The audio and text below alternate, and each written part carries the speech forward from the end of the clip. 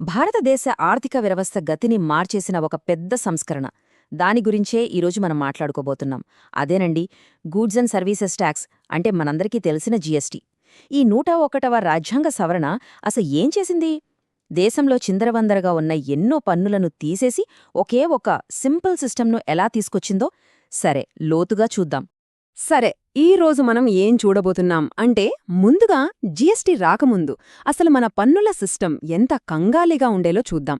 ఆ తర్వాత ఈ పెద్ద మార్పు ఎలా వచ్చింది, ఈ కొత్త సిస్టమ్ ఎలా పనిచేస్తుంది, మన ఎకానమీ మీద దీని ప్రభావం ఏంటి, మరి ఈ సంస్కరణ ప్రయాణం ఇంకా కొనసాగుతోందా లేదా అనేది కూడా వివరంగా చర్చిద్దాం. రైట్, ఇక విషయంలోకి వెళ్దాం. ఫస్ట్, జీఎస్టీ రాకముందు మన దేశంలో పరోక్ష పన్నుల వ్యవస్థ ఎలా ఉండేదో చూద్దాం. చెప్పాలంటే అదొక పెద్ద గందరగోళం. చాలా క్లిష్టంగా ముక్కలు ముక్కలుగా ఉండేది. అసలు పరిష్కరించాల్సిన సమస్య ఇదే అన్నమాట. ఒక్కసారి ఊహించుకోండి, జీఎస్టీ రాకముందు ఒక వ్యాపారి ఎన్ని రకాల పన్నులు కట్టాల్సొచ్చేదో. Excise duty, VAT, service tax, entry tax, అబ్బో, ఆ లిస్ట్ చాలా పెద్దది. అదొక పెద్ద చిక్కుముడిలా ఉండేది. కాని జీఎస్టీ ఏం చేసిందంటే, వీటన్నింటినీ ఒకే దెబ్బకు తీసేసి వాటి ప్లేస్లో సింపుల్గా ఒకే ఒక పన్నును తీసుకొచ్చింది. ఎంత పెద్ద మార్పో కదా ఇది! సో, ఈ పన్నుల గందరగోళం అనే సమస్యకు ఒక పవర్ఫుల్ సొల్యూషన్గా వచ్చింది 101వ రాజ్యాంగ సవరణ. ఈ పరిష్కారం మనకు 2016లో 101వ రాజ్యాంగ సవరణ రూపంలో వచ్చింది. దీని లక్ష్యం చాలా సింపుల్ అండ్ క్లియర్. దేశవ్యాప్తంగా కేంద్ర, రాష్ట్ర ప్రభుత్వాలు వేస్తున్న రకరకాల పన్నులన్నిటినీ, అంటే చిన్నవి పెద్దవి అన్నీ తీసేసి వాటి స్థానంలో ఒకే ఒక్క పరోక్ష పన్నుల వ్యవస్థను తీసుకురావడం. ఈ సంస్కరణ ప్రయాణంలో 2 డేట్స్ చాలా ముఖ్యం. ఒకటి, 2016లో ఈ చట్టాన్ని తీసుకొచ్చారు. ఆ తర్వాత 2017 జులై 1న, ఆ రోజు జీఎస్టీ దేశవ్యాప్తంగా అధికారికంగా స్టార్ట్ అయింది. ఆ టైంలో వినిపించిన ఒక పవర్ఫుల్ నినాదం ఒకే దేశం ఒకే పన్ను. ఇది జస్ట్ ఒక స్లోగన్ కాదు, అదొక పెద్ద ఆశయం. ఏంటి ఆ ఆశయం అంటే, రాష్ట్రాల మధ్య సరిహద్దులు వ్యాపారానికి అడ్డుగోడలు కాకూడదు, దేశం మొత్తం ఒకే మార్కెట్లా మారిపోవాలి అనే ఒక బలమైన ఆలోచన దీని వెనుక ఉంది. సరే, ఇంతకీ ఈ కొత్త సిస్టమ్ ఎలా పనిచేస్తుంది? జీఎస్టీని అమలు చేయడానికి ఈ సవరణ ద్వారా ఎలాంటి కొత్త బాడీస్, రూల్స్ వచ్చాయో ఇప్పుడు చూద్దాం. ఈ కొత్త సిస్టమ్కి ఫౌండేషన్ లాంటిది ఆర్టికల్ 246A. దీని స్పెషాలిటీ ఏంటంటే, జీఎస్టీ మీద చట్టాలు చేసే పవర్ని కేంద్రానికి, రాష్ట్రాలకి ఇద్దరికీ సమానంగా ఇచ్చింది. అంటే ఇక నుంచి ట్యాక్స్ల విషయంలో సెంట్రల్, స్టేట్ గవర్నమెంట్సు కలిసి పనిచేయాలన్నమాట. ఇది మన దేశ ఫెడరల్ సిస్టంలో ఒక పెద్ద అడుగు. Next, article 279A. దీని ద్వారా జీఎస్టీ కౌన్సిల్ అనేది ఏర్పడింది.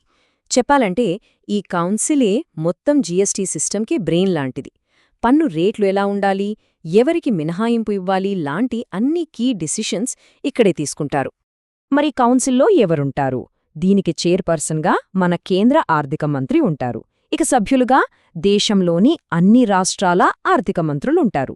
సో దీనివల్లేమవుతుందంటే, ట్యాక్స్కి సంబంధించిన ప్రతి నిర్ణయంలోనూ కేంద్రం, రాష్ట్రాలు కలిసి పాలు పంచుకుంటాయి. జీఎస్టీ స్ట్రక్చర్ వచ్చేసి డ్యూయల్ మోడల్ అన్నమాట.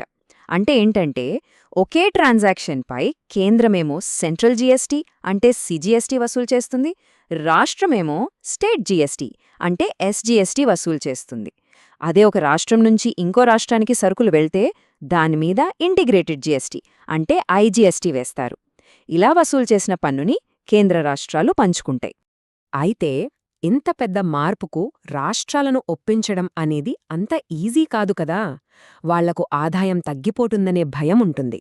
అందుకే కేంద్రం ఒక సూపర్ ప్లాన్తో ముందుకొచ్చింది. ఏంటంటే, జీఎస్టీ వల్ల మీకేమైనా ఆదాయం తగ్గితే ఫస్ట్ 5 ఏళ్లపాటు ఆ నష్టాన్ని మేమే భర్తీ చేస్తాం అని గట్టి హామీ ఇచ్చింది. బహుశా ఈ ఒక్క హామీ వల్లే ఈ సంస్కరణ అసలు సాధ్యమైందేమో. సరే, ఇదంతా బాగుంది. మరి ఈ సంస్కరణ మన ఎకానమీపై ఎలాంటి పాజిటివ్ ఇంపాక్ట్ చూపించింది? అసలు ఈ మార్పు ఎందుకంత ఇంపార్టెంట్? దాని గురించి ఇప్పుడు మాట్లాడుకుందాం. జీఎస్టీ తీసుకురావటం వెనుక కొన్ని మెయిన్ గోల్స్ ఉన్నాయి. 1, ట్యాక్స్ సిస్టమ్ను చాలా సింపుల్ చేయడం. 2, పన్ను మీద పన్ను వేసే విధానాన్ని తీసేయడం. దీన్నే క్యాస్కేడింగ్ ఎఫెక్ట్ అంటారు. 3, దేశంలో వ్యాపారం చేయడం ఈజీ అవ్వాలి.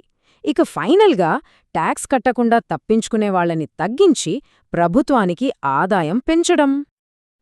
మరి ఈ లక్ష్యాలు ఎంతవరకు రీచ్ అయ్యాయి అని చూస్తే చాలా వరకు మంచి రిజల్ట్స్ వచ్చాయని చెప్పాలి. దేశం మొత్తం ఒకే మార్కెట్గా మారింది. దీనివల్ల ఒక రాష్ట్రం నుంచి ఇంకో రాష్ట్రానికి సరుకులు తీసుకెళ్లడం చాలా సులువైపోయింది. ఆ పన్ను మీద పన్ను భారం పోవడంతో చాలా వస్తువుల ధరలు కూడా తగ్గాయి. అయితే ఈ ప్రయాణమంతా సాఫీగా సాగిపోలేదు. కొన్ని సవాళ్లు, సమస్యలు కూడా ఉన్నాయి. జీఎస్టీ అమలైన తర్వాత ఎదురైన ఇబ్బందులేంటో ఇప్పుడు చూద్దాం. చెప్పాలంటే ఈ ప్రయాణం అంత ఈజీగా లేదు. జీఎస్టీ కొత్తగా వచ్చినప్పుడు ముఖ్యంగా చిన్న వ్యాపారులు చాలా ఇబ్బంది పడ్డారు. ఆ కొత్త ఆన్లైన్ సిస్టమ్ వాళ్లకు అస్సలు అర్థం కాలేదు. మరోవైపు మా పన్నుల అధికారాలు పోతున్నాయేమో అని రాష్ట్రాలు కూడా కంగారుపడ్డాయి. ఇప్పటికి ఏవైనా గొడవలొస్తే వాటిని పరిష్కరించడానికి చాలా టైం పడుతుంది. ఒకే పన్ను అని మనం అనుకున్నా రియాలిటీలో సీన్ కొంచెం డిఫరెంట్గా ఉంది. ఎందుకంటే ఇప్పుడు జీఎస్టీలో 0%, 5%, 12%, 18%, 28% ఇలా 5 రకాల స్లాబ్సున్నాయి. దీనివల్ల ఏ వస్తువు ఏ స్లాబ్లోకి వస్తుందనే కన్ఫ్యూషన్ ఇప్పటికీ ఉంది. సింపుల్ చేద్దామనుకుంటే ఇది మళ్ళీ కాంప్లెక్స్గా తయారైంది. సో ఫైనల్గా ఈ ఒక్క ప్రశ్నతో ముగిద్దాం.